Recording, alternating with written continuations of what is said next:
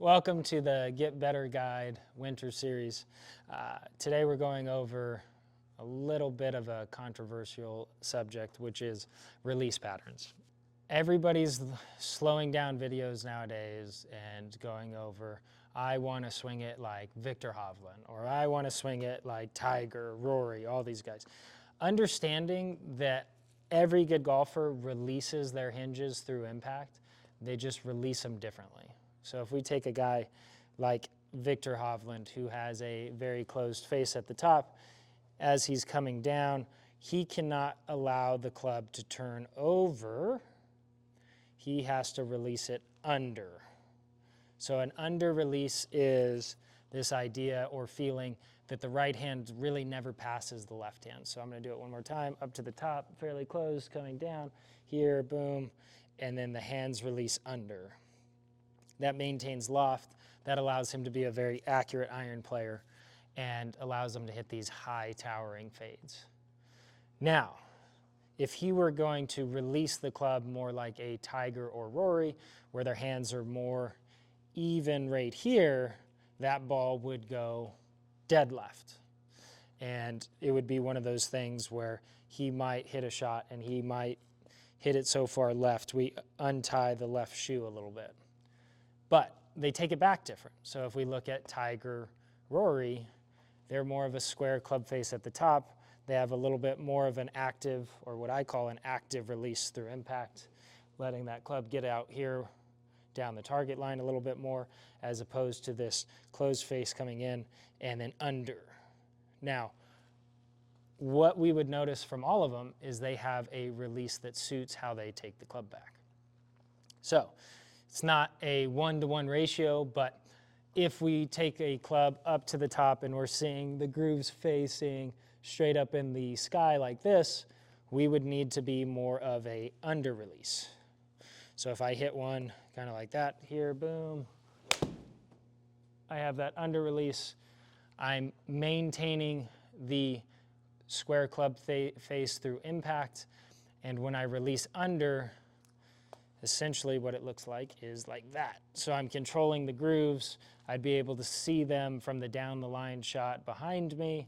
I would not see them turned over. Okay, now let's take a look at kind of more of a conventional active release.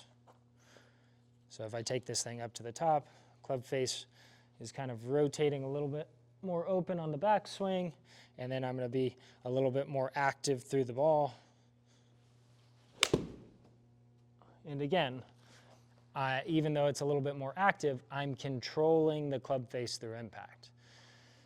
It starts with the takeaway into the top of the backswing, understanding how we get the club to the top. What does our club face conditions look like? Am I more closed at the top? Am I more square to neutral? Am I more open? That dictates the release.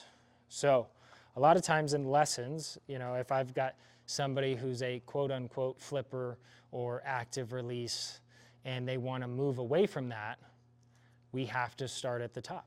So if you feel as if you are more of an active release, kind of turning these hands over a lot, you're going to have to hit some kind of pull hooks for you to be able to control the club face through impact. Because as you're coming down, this club face is pretty open, so I know that it's a timing issue, but as you're coming through here, you have to release the club. Or that ball is going way to the right. Sometimes it might. That's why you're probably thinking, I want to really take away that release. But in order to get that squared away, you're going to have more of a closed face at the top and work on under releasing. When you do those things, you're controlling the club face all the way through impact. That's the whole idea. So let's say that you're working on being an under release, taking it more close, and now you're hitting the ball a lot to the left. Okay? So all we would do is we'd take our trail hand. So for me as a right-handed golfer, I'm going to place it right here, even with the side of the grip. And I'm going to just hold it there. If I take this up to the top and I hold it right here like this, as I'm going through, I'm going to feel like I'm pushing on the side of the club. So up, pushing. That helps me gain the feeling of my right hand never passing. If you're more of a conventional releaser or active releaser, that is the idea of shaking hands with the target.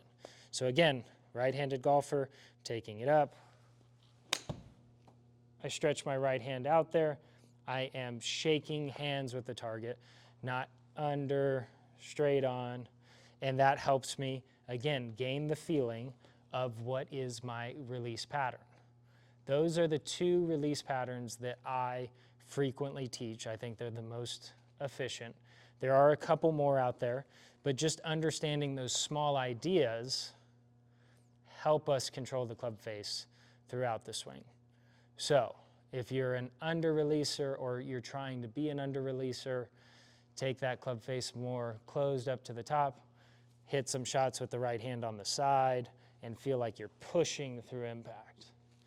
If you want to be a little bit more conventional, making sure that we have a square club face at the top, so when we're looking here, it's not pointing to the sky, it's not all the way turned with the toe all the way to the ground, it's more at this 45-degree angle, and then we're swinging through and we're shaking hands with the target. Both of them are highly effective. Both of them are worth a try. Let me know how that goes for you.